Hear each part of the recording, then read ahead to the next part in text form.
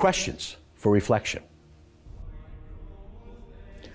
Notice how Abram, who will have his name changed to Abraham as a result of his ongoing encounters with the Lord who called him, responds in this passage, which is presented as our first reading for today's Mass. In this chapter of the book of Genesis, he and Lot separate. Abram shows his generosity in offering Lot the land which he chooses. In their commentary on this chapter, the Catholic bishops of the United States properly note, and I quote, "In this story of Abraham and Lot going their separate ways, Abraham resolves a family dispute by an act that shows both trust in God and generosity toward his nephew. The story suggests Lot, rather than Abraham, is the natural choice to be the ancestor of a great family. He's young and he takes the most fertile land outside the land of Canaan. But in contrast to Lot, who lifts his eyes to choose for himself, Abraham waits for God to tell him to lift his eyes and see the land he will receive." End quote. The Lord saw the character of Abram and by grace elevated and transformed it as Abram continued to yield himself first to God's will over his own. Notice the last verse. After the Lord promises to give him the land and to multiply his people, and I quote, "Abram moved his tent and went to settle at the oak of Mamre at Hebron, and there built an altar to Yahweh," end quote. Abram put God first. Do we? Have we built an altar to the Lord in our hearts? The psalm appointed for today exhorts us to live a way of life which honors God. In short, to be holy. In these words, and I quote, "Whoever lives blamelessly, who acts uprightly, who speaks the truth from the heart, who keeps the tongue under control, who does not wrong a comrade, who casts no discredit on a neighbor, who looks with scorn on the vile, but honors those who fear Yahweh, and stands by an oath at any cost, who asks no interest on loans, who takes no bribe to harm the innocent. No one who so acts can ever be shaken," end quote. Are we living this way? By grace, we can. We should.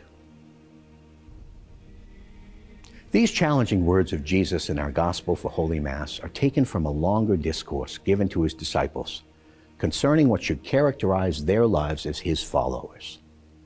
They, and we who are his contemporary disciples, are to be holy, to be like him, to allow him by our ongoing response of surrendered love to live his life in and through us.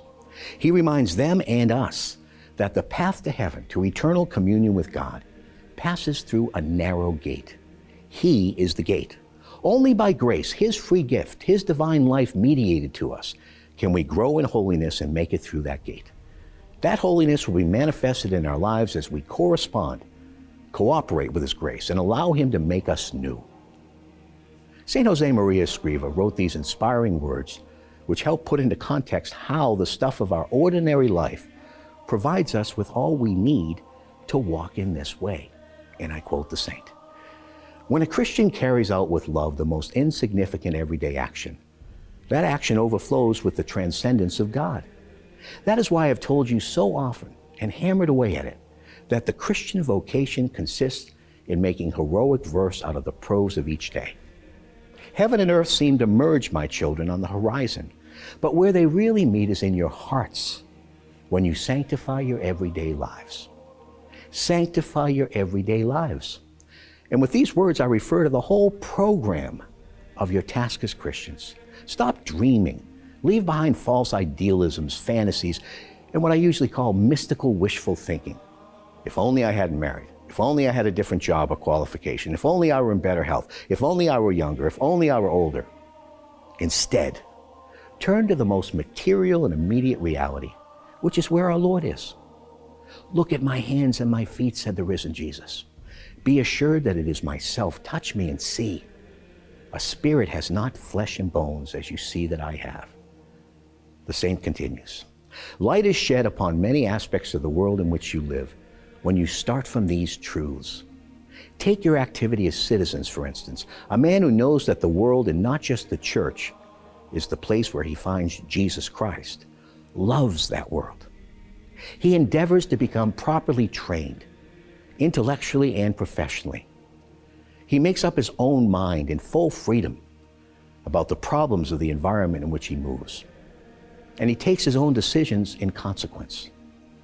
As the decisions of a Christian, they derive from personal reflection, which strives in all humility to grasp the will of God in both the unimportant and the important events of his life, end quote. And that's from St. Jose Maria Escriva in a sermon called Passionately Loving the World.